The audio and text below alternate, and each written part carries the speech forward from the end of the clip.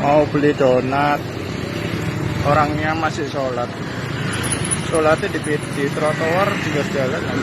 Ini donatnya.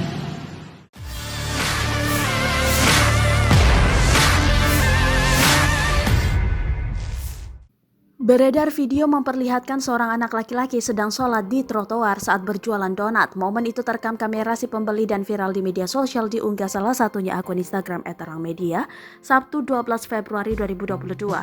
Terlihat dalam video yang beredar, si anak laki-laki itu nampak khusyuk sholat membelakangi jalanan. Si perekam video pun mengungkapkan hendak membeli donat si anak itu sambil menunggu penjualnya selesai sholat.